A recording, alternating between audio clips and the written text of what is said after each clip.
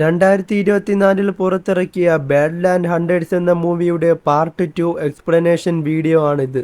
Already ചാനലിൽ part 1 explanation video ചെയ്തിട്ടുണ്ട്. ഉറപ്പായും പാർട്ട് 1 എക്സ്പ്ലനേഷൻ വീഡിയോ കണ്ടതിന് ശേഷം മാത്രമേ ഈ വീഡിയോ കാണാവൂ. പാർട്ട് 1 വീഡിയോ കാണാനായി മുകളിൽ കാണുന്ന ഐകാർഡിലോ അല്ലെങ്കിൽ താഴെ ഡിസ്ക്രിപ്ഷൻ ബോക്സിലോ കൊടുത്തിട്ടുള്ള ലിങ്ക് നിങ്ങൾക്ക് യൂസ് ചെയ്ത് കാണാവുന്നതാണ്. ശേഷം പുറത്തേക്ക് ഡോക്ടർ ഇറങ്ങി വരികയാണ്. എന്നിട്ട് എല്ലാവരെയും വെൽക്കം ചെയ്യുന്നു. തങ്ങളുടെ ദേഹത്ത് പരീക്ഷണം നടത്താൻ വേണ്ടിയാണ് ഇവിടെ കൊണ്ടുവന്നതെന്ന് പാവം കുട്ടികളും രക്ഷിതാക്കളും അറിയുന്നില്ല.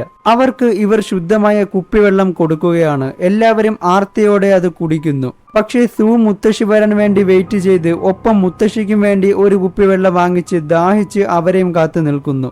എന്നാൽ തന്റെ സ്വന്തം മുത്തശ്ശി മരിച്ചെന്ന കാര്യം ഇപ്പോഴും ഇവൾ അറിയുന്നില്ല. ശേഷം സൂ റൂമിനകത്ത് കയറുമ്പോൾ അവിടെയെല്ലാം നല്ല അടിപൊളിയായി വൃത്തിയിലായിരിക്കുന്നു. വാഷ് ചെയ്യാൻ ക്ലീനായ വെള്ളം, അങ്ങനെയൊക്കെ. നമുക്കവരെ നേരിടണമെങ്കിൽ കുറച്ചുകൂടെ ആൾക്കാർ വേണമെന്ന് പറയുമ്പോൾ അതിന് വഴിയുണ്ടെന്ന് ഡോണി പറയുകയാണ്. എന്നിട്ട് അവൻ അവരെയും കൊണ്ട് അപ്പാർട്ട്മെന്റിൽ താമസിക്കുന്ന ഗ്യാങ്സ്റ്ററുകളുടെ അടുക്കലേക്ക് പോകുന്നു. അകത്ത് നോക്കുമ്പോൾ അവരെല്ലാം മറ്റ് ഗ്യാങ്സ്റ്ററുമായി അടികൂടുകയാണ്. എല്ലാവരും ഒന്ന് നോക്ക്, നിങ്ങളെല്ലാം നമ്മുടെ കൂടെ ഒരു പദ്ധതി നടപ്പാക്കാൻ വരണമെന്ന് പറയുമ്പോൾ അതിലെ ടൈഗർ എന്ന് പറയുന്ന ബോസ്, ഓ നീയാണോ എന്റെ പിള്ളേരെയെല്ലാം അടിച്ചോടിച്ചത്, നിന്നെ ഞാനൊന്ന് കാണാൻ വേണ്ടി ഇരിക്കുകയായിരുന്നു എന്ന് പറയാണ്. തുടർന്ന് വരാൻ മനസ്സിലിടാ എന്ന് പറഞ്ഞ് അവരെല്ലാവരും ചേർന്ന് അവരെ അടിക്കാൻ തുടങ്ങുന്നു. പാവം ഗ്യാങ്സ്റ്റേഴ്സ് നമ്മുടെ ഡോൺലി അണ്ണനെ അറിഞ്ഞുകൂടാന്ന് തോന്നണ്. ഡോൺലിയുടെ ഓരോ ഇടിയിലും അവരെല്ലാം പെട്ടി. മറ്റേ ലേഡിയാണെങ്കിൽ ജാക്കി ജാന്റെ അനിയത്തി എന്ന് തോന്നണ്. വിഷയം ബ്ലോക്കും ഫൈറ്റും. ഈ തക്കത്തിന് ജീവൻ അകത്ത് പൂട്ടിയിട്ടിരുന്ന പാവങ്ങളെയെല്ലാം സെല്ലിൽ നിന്നും തുറന്നു വിടുന്നു. അവസാനം ഡോൺലി ടൈഗർ ബോസിനെ ഒരൊറ്റ ഇടിയിൽ ബോധം കെടുത്തുന്നു. ഈ സമയത്ത് ഇവിടെ സൂ ഒരു സോൾജിയറിനോട് എന്റെ മുത്തശ്ശി എവിടെ, അവർ ഇന്ന് വരുമെന്നല്ലേ പറഞ്ഞത് എന്ന് ചോദിക്കുമ്പോൾ വോളണ്ടിയർ ലേഡി വന്നിട്ട് അത് മോളെ കുറച്ച് താമസിക്കും, ഡിന്നറിന് മുന്നേ നിന്റെ മുത്തശ്ശി നിന്റെ ഒപ്പം വരുമെന്ന് പറഞ്ഞ് അവളെ വിളിച്ചുകൊണ്ട് പോവുകയാണ്. തുടർന്ന് കുട്ടികളെ മാത്രം മുകളിൽ കൊണ്ടുപോയി ക്ലാസ് എടുക്കാൻ വേണ്ടി അവരുടെ രക്ഷിതാക്കളോട് അനുവാദം ചോദിച്ചിട്ട് അവരെ മുകളിൽ കൊണ്ടുപോകുന്നു. എന്നിട്ട് രക്ഷിതാക്കളെ മാത്രം താഴെ കൊണ്ടുപോയി അണ്ടർഗ്രൗണ്ടിലേക്ക് പോകുന്നു. അവിടെ ഒരുപാട് കുട്ടികളുടെ അച്ഛനും അമ്മയും ജോലി എടുക്കുകയാണ്. തങ്ങളെയും ഇവിടെ കൊണ്ടുവന്നത് ജോലിക്കാണെന്ന് അവർക്ക് മനസ്സിലാകുന്നു. ഈ സമയത്ത് ഇവിടെയാണെങ്കിൽ ഡോൺലി ഗ്യാങ്സ്റ്ററിനെ എല്ലാം ഓരോരുത്തരായിട്ട് ചോദ്യം ചെയ്യുന്നു. ഈ കുപ്പിവെള്ളം നിങ്ങൾക്ക് എവിടെ നിന്ന് കിട്ടുന്നു, ആരാണ് നിങ്ങൾക്ക് തരുന്നതെന്ന്. ഉത്തരം പറയാത്ത എല്ലാത്തിന്റെയും കവാലത്തില് ഓരോ ഇടിച്ച് റെഡിയാക്കുന്നു. അവസാനം കിടിലം ബോസ് പേടിച്ചെല്ലാം തുറന്നു പറയുകയാണ്. നമ്മളൊരു കമ്മ്യൂണിറ്റിയുമായി ബന്ധപ്പെടുന്നുവെന്നും അവർക്ക് ആവശ്യമുള്ള കുട്ടികളെ പിടിച്ചു കൊടുത്താൽ പകരം നമുക്ക് ആഹാരവും വെള്ളവും ഒക്കെ തരുമെന്നും അതുകൊണ്ടാണ് എന്റെ ആൾക്കാർ അവിടെ വന്ന് നിങ്ങളുടെ ആൾക്കാരെ ഇങ്ങോട്ടേക്ക് കൊണ്ടുവരാൻ ശ്രമിച്ചതെന്നും പറയുന്നു.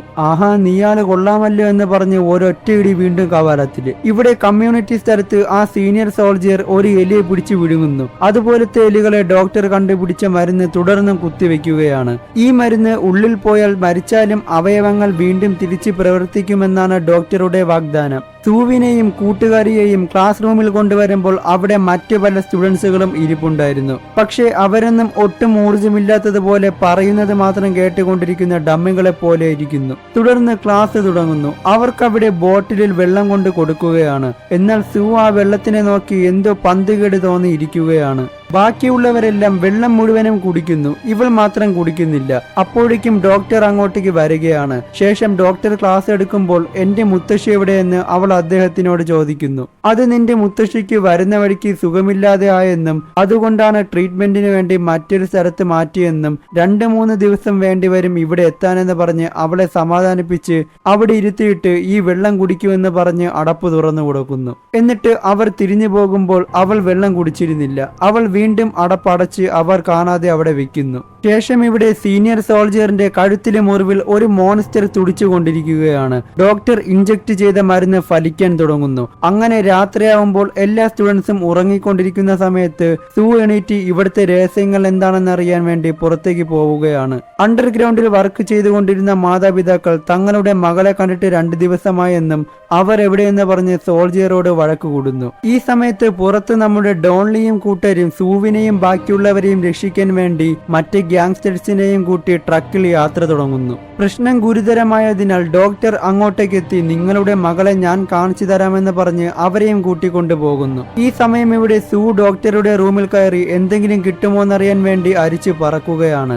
അവസാനം ഡോക്ടർ അയാളുടെ മകളുമായി ഇരിക്കുന്ന ഫോട്ടോയും അവളെ പരീക്ഷണത്തിന് വിധേയമാക്കിയ ഫോട്ടോസും കാണുന്നു. ശേഷം അവിടെ ഉണ്ടായിരുന്ന രഹസ്യ റൂമിൽ കയറി നോക്കുമ്പോൾ ഇവളോട് ഇങ്ങോട്ട് വന്ന് മിണ്ടിയ കൂട്ടുകാരെ ഡോക്ടർ പരീക്ഷണത്തിന് ഇരയാക്കി കഴുത്തിൽ കൂടെ കണക്ഷൻസ് കൊടുത്ത് കിടത്തിയിട്ടിരിക്കുന്നു. ഇത് കണ്ട് സൂ ആകെ അമ്പരപ്പോടെ നിൽക്കുകയാണ്. തുടർന്ന് ഡോക്ടർ അകത്തേക്ക് വരുന്നു. സ്വന്തം മകളുടെ കിടത്തം കണ്ട് മാതാപിതാക്കൾ ഞെട്ടിധരിച്ച് നിങ്ങൾ എന്റെ മോളെ എന്തിനാണ് ചെയ്തതെന്ന് ചോദിച്ചു കരയുമ്പോൾ ഡോക്ടർ കണ്ണാടിക്കൂട്ടിൽ വെച്ചിരുന്ന തന്റെ മകളുടെ തല മുതൽ നെഞ്ചു വരെയുള്ള ഭാഗമെടുത്ത് അവർക്ക് കാണിക്കുന്നു. അവളുടെ ഹൃദയം ഇപ്പോഴും ഇടിച്ചുകൊണ്ടിരിക്കുകയാണ്. തുടർന്ന് താൻ നടത്താനിരിക്കുന്ന പരീക്ഷണങ്ങളെക്കുറിച്ച് ഡോക്ടർ അവരോട് കാര്യം പറഞ്ഞ് മരിച്ചവരെ തിരിച്ചു കൊണ്ടുവരാമെന്ന് പറയുന്നു. ഇതൊക്കെ കേട്ട് തനിക്ക് ഭ്രാന്താണെന്ന് പറഞ്ഞിട്ട് മകളുടെ കയ്യിലുണ്ടായിരുന്ന ട്രിപ്പ് വയറെല്ലാം അവർ വലിച്ചൂരുകയാണ്. അതിനെ ഡോക്ടർ തടുക്കുന്ന സമയത്ത് അത് അവളുടെ ജീവന് തന്നെ ആപത്താകുന്നു. അങ്ങനെ ആ പാവം കുട്ടി അവിടെ മരിക്കുകയാണ്. എന്നാൽ ഈ ഒരു സംഭവം പുറത്തറിയിക്കാതിരിക്കാൻ വേണ്ടി ഡോക്ടർ അവർ രണ്ടുപേരെയും കൊല്ലുന്നു. ഇതെല്ലാം കണ്ട് സൂ പേടിച്ച് അകത്തൊളിച്ചിരിക്കുകയാണ്. പക്ഷെ നിർഭാഗ്യവശാൽ ഡോക്ടർ അവളെ കാണുന്നു. ആഹാ, അടുത്ത പരീക്ഷണത്തിന് നീ ഇങ്ങോട്ട് തന്നെ വന്നല്ലോ എന്ന് പറഞ്ഞ് അവളെ പിടിച്ച് മറ്റേ കുട്ടിയെ പോലെ ലോക്ക് ചെയ്ത് കിടത്തുന്നു. എന്നാൽ ഈ സമയത്ത് ഡോൺലിയും കൂട്ടരും അവരുടെ താവളത്തിൽ ട്രക്കിലെത്തുകയാണ്. ടൈഗർ ബോസ് ആണെങ്കിൽ ഇവിടെ സ്ഥിരം കുട്ടികളെ കൊണ്ട് കൊടുത്തിട്ട് പോകുന്ന ആളും. അതുകൊണ്ട് സാധാരണ രീതിയിൽ തന്നെ സോൾജിയറോട് സംസാരിക്കുകയാണ്. പക്ഷെ എന്തോ പന്തുകേട് തോന്നിയ സോൾജിയർ തോക്ക് ചൂണ്ടി അവരെ പുറത്തിറങ്ങാൻ പറയുന്നു. പണിപാളി എന്ന് മനസ്സിലായ ഡോൺലി തോക്ക് പിടിച്ചു വാങ്ങിച്ച് 660 ട്രക്ക് എടുത്തുകൊണ്ട് ഗേറ്റ് ഇടിച്ചു പൊളിച്ച് അകത്തേക്ക് കയറ്റുന്നു.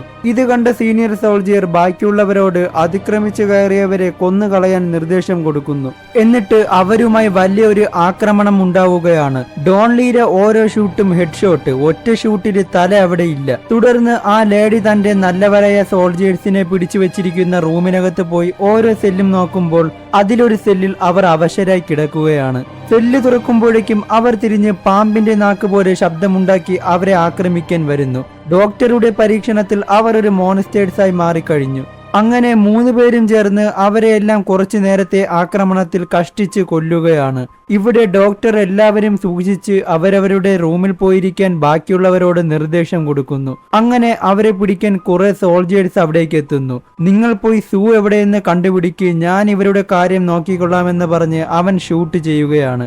അവസാനം ബുള്ളറ്റ് തീയുന്നത് കൊണ്ട് വലിയ പിച്ചാത്തി എടുത്ത് എല്ലാത്തിനെയും വെട്ടി പീസാക്കുന്നു. പോകുന്ന വഴിക്ക് അവിടെ സീനിയർ സോൾജിയർ ഇടിച്ച് താഴെയിടുകയാണ്. ഡോൺലി അണ്ടർഗ്രൗണ്ടിൽ വന്നിട്ട് അവിടെയുള്ള രക്ഷിതാക്കളോട് ഞാൻ വന്നത് മറ്റൊരു മോളെ തപ്പിയാണെന്നും നിങ്ങൾക്ക് വേണമെങ്കിൽ നിങ്ങളുടെ മകളെയും അന്വേഷിക്കാമെന്ന് പറഞ്ഞ് അവൻ മുമ്പിലോട്ട് പോകുന്നു. ലിഫ്റ്റ് കംപ്ലൈന്റ് ആയതുകൊണ്ട് മുകളിലത്തെ പടിയിലൂടെയാണ് ഡോൺലി പോണത്. പക്ഷെ കാല് വയ്യാത്തത് കൊണ്ട് അവിടെ ഉണ്ടായിരുന്ന തോക്കെടുത്തിട്ട് വടി പോലെ ഊന്നി ചിരിച്ചുകൊണ്ട് ഞാൻ വിഷയം തന്നെ പറഞ്ഞ് പോവുകയാണ്. ഇവിടെ അവസാനം അവൾ അവന്റെ കണ്ണിൽ പിച്ചാത്തി കൊണ്ട് കുത്തുന്നു. പക്ഷെ അവൻ ഒരു കുഴപ്പവുമില്ലാതെ അതൂരി തൊലിയെ വരിച്ചു കീറി അവളെ ആക്രമിച്ച് വയറ്റിൽ കുത്തിയിട്ട് പുറത്തേക്ക് എടുത്തെറിയുന്നു. ജീവാൻ ക്ലാസ് റൂമിൽ കയറി വോളണ്ടിയർ ലേഡിയെ പിടിച്ച് സൂ എവിടെയെന്ന് ചോദിച്ച് പുറത്തു കൊണ്ടുപോവുകയാണ്. അവിടെ മറ്റേ കാരൻ നിൽക്കുകയാണ്. അപ്പോഴേക്കും അവിടെ ഡോൺലി എത്തുന്നു. എന്നിട്ട് ഡേ എന്തിരടേ ഇത്, നിനക്കൊന്നും ലിഫ്റ്റ് വർക്ക് ചെയ്യിപ്പിക്കാൻ അറിയില്ലേ, നടന്ന് കാല് വയ്യാന്ന് പറഞ്ഞ് ജീവാനെ നീ പൊയ്ക്കോ, ഇവന്റെ കാര്യം ഞാൻ നോക്കിക്കൊള്ളാമെന്ന് പറയുന്നു.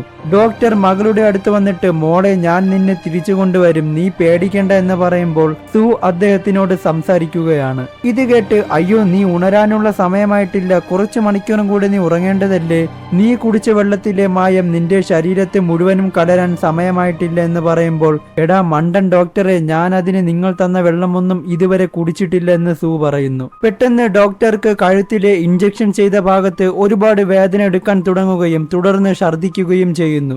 ആ സമയം ജീവാൻ അവിടെ എത്തി അവളെ വെറുതെ വിടാൻ പറയുന്ന സമയത്ത് കത്തി കാണിച്ച് അവളെ കൊല്ലുമെന്ന് പറഞ്ഞ് ഭീഷണിപ്പെടുത്തുന്നു. ശേഷം ഒരു ലേഡി സോൾജിയർ അവനെ പിന്നിൽ നിന്നും അടിച്ചിടുകയാണ്. അവന്റെ കയ്യിലുണ്ടായിരുന്ന ബോംബ് ഡോക്ടർ എടുക്കുന്നു. തുടർന്ന് ഡോക്ടറുടെ നിർദ്ദേശപ്രകാരം അയാളുടെ മകളെ പെട്ടിയിലാക്കി അവിടുന്ന് മുങ്ങാൻ തുടങ്ങുന്നു.